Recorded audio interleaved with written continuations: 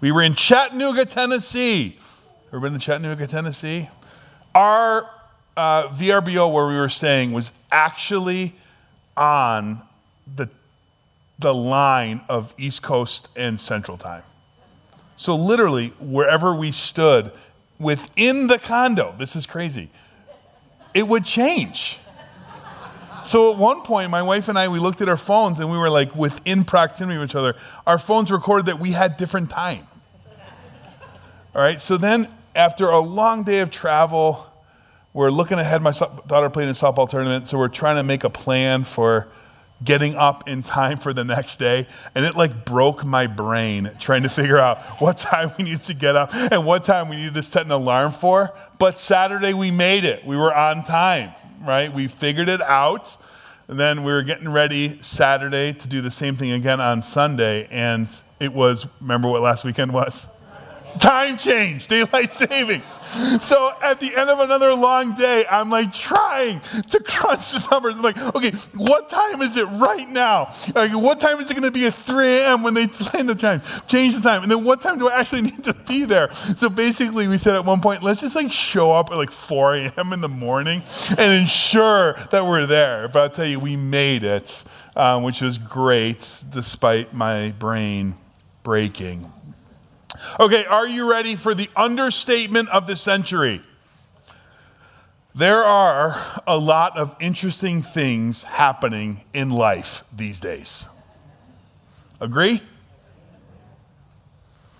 I think the results of the election Tuesday into Wednesday brought strong feelings, some within the same home or under the same roof. There's a lot of interesting things happening these days. My mom is the type of person that writes one of those old school Christmas letters with like family updates. And because my mom is like a get her done type person, she usually writes it in the end of October. And so she sent me a draft of her Christmas letter so I could look at it. And I decided I entered the contents of a Christmas letter into an AI app that turned it into a podcast of two people, fake people, talking about my mom's Christmas letter. It was like, there's a lot of interesting things happening in life these days. And they're kind of like happening at a macro level, like big picture level, like all around us or over us. But then there's a lot of interesting things happening in our lives these days, kind of on a personal level. Anecdotally, I've had a lot of conversations with people in the last couple of weeks detailing to me workplace struggles or challenges that they've been having. And no, I wasn't talking to Cindy and Nikki. I was talking to other people. But it feels like that's kind of in the air and culture these days. I've talked to folks who have had challenges and struggles with their kids or their grandkids and navigating through school and challenges associated with that. There's a lot of interesting things happening these days.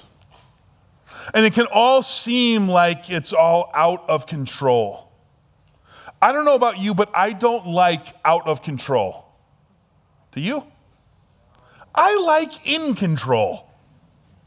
But it feels like there's so many things like happening around us or to us that make it feel like for us, it's out of control. So what I want to talk with you about today is this. How does our faith uniquely speak into a seemingly out of control world? Like so much is being thrown at us, things that seem to impact our lives either indirectly or directly. How does the fact that we are a Christian, or maybe if you're watching today, you're considering being a Christian, how does the fact that we are a Christian or considering being a Christian actually impact our response to a seemingly out of control world? And we're going to have this conversation as a part of our message series called Christ is King. Because at the end of the day, that's what we believe, is that Christ is King. And because that's who he is in our lives, that's going to have an impact on how we live our life. So what I want to do is take you to the part of the Bible that I believe speaks directly to this. You heard Susie allude to it, and my friend Lori read it earlier in Psalm 139. And I want to do something that is very dangerous for a preacher to do, and I know full well it's dangerous, but I actually want to invite you to close your eyes. And I'll tell you when to open them.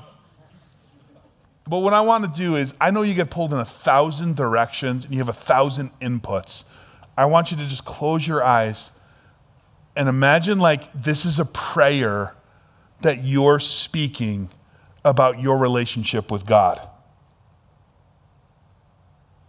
Oh Lord, you have searched me and you know me. You know when I sit and when I rise. You perceive my thoughts from afar. You discern my going out and my lying down. You are familiar with all my ways. Before a word is on my tongue, you know it completely, O Lord. You hem me in behind and before. You've laid your hand upon me. Such knowledge is too wonderful for me, too lofty for me to attain. Okay, you can open your eyes. Thank you. Consider with me, will you please, the magnitude of what I just shared with you. And it speaks to this. God reigns over all. He does. And God reigns over you. God reigns over all things. He is the king. Christ is the king. He holds everything together all at the same time. And he reigns over you and your life. Highlighted here is what we'll call today the omniscience of God. It's two words actually put together.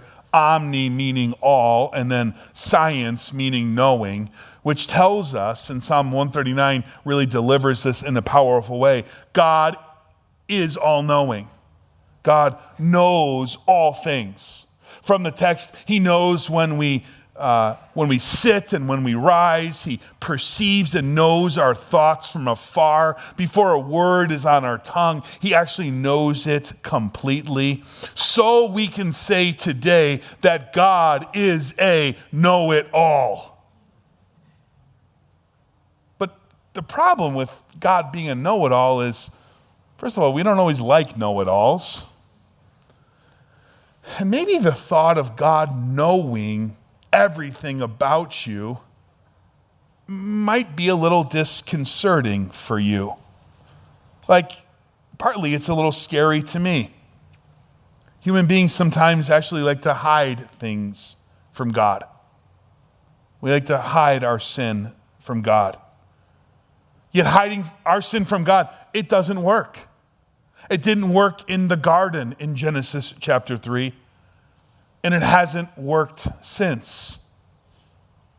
Yet, get this, God knows you, he knows you, and knows everything about you, and still loves you. Romans chapter 5, verse 8 speaks clearly, while you and me were yet sinners, Christ died for us. That means that God's love doesn't come to you and come to me when we right the ship of our lives and get our lives in order. And that's when we finally make ourselves to be appropriate recipients of God's love. No, God gets down into the muck and mire and sin of our lives and says, I love you right now. God knows you and still loves you. So can I tell you today, if you're trying to hide from God for some reason, why? He knows all things, and yet he still loves you so dearly. And second, can I tell you that in addition to knowing everything about you and loving you still, not only that, he goes before you.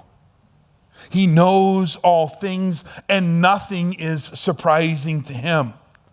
Nothing could ever happen in your life to which God, the Lord of all creation, would say, oh my goodness, I did not see that coming.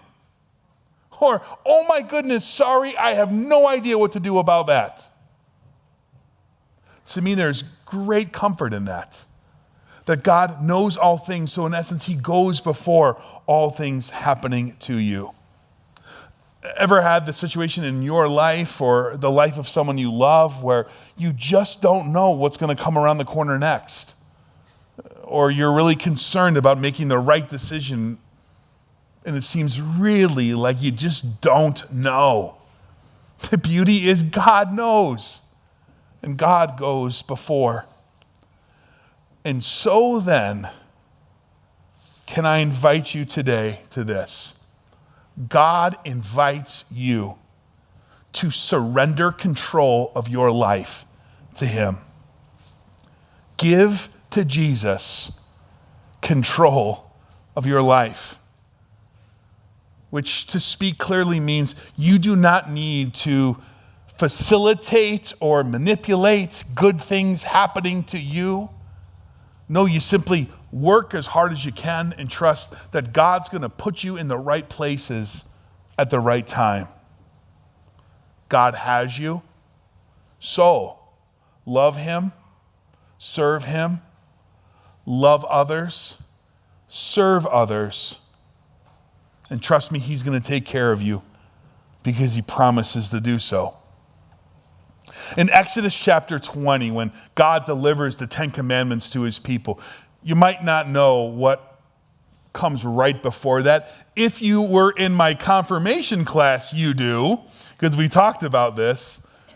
But before delivering the 10 Commandments, God says this. He says, I am the Lord your God who brought you out of the land of Egypt and brought you out of slavery. Meaning, in essence, I have shown you the full extent of my love for you by rescuing you. Now, here's going to be the best way to live your life. And now, he gives the 10 Commandments. So in the same way, could you hear the Lord saying to you today, I am the Lord who to you? I'm the Lord who rescued you from sin and death. I'm the Lord who has shown you so many good things and given you so many blessings. I'm the Lord who will lead you and guide you and direct you as I've done in the past. I'm the Lord who goes before you. So, surrender control of your life to me. I want to close with this because it was reported to me an awesome story of 2 students from within our church family. We have amazing young people in our church, let me tell you. One student who shared to another student this. One student was sharing with a friend, like, hey, I'm in the midst of this and not sure how it's going to shake out, and I'm a little nervous and anxious and not sure what to make of it. And here's the language the student shared with that other friend. They said this, there are things that God knows that you don't know. And to me, that is the most beautifully simple and powerful phrase that you could share with another person. Hey, have you thought about this? There are things that God knows that you don't know. And so as you, I know, and as you're worshiping online with us as well, have these things for which you just don't know what it's going to look like or how it's going to shake out. Could you hear the words of that student saying that to you? Hear the words of God saying that to you. Hey, there are things that God knows that you don't know. And could we draw comfort from it? So, God is a know-it-all. And that's a really good thing. Amen? Amen.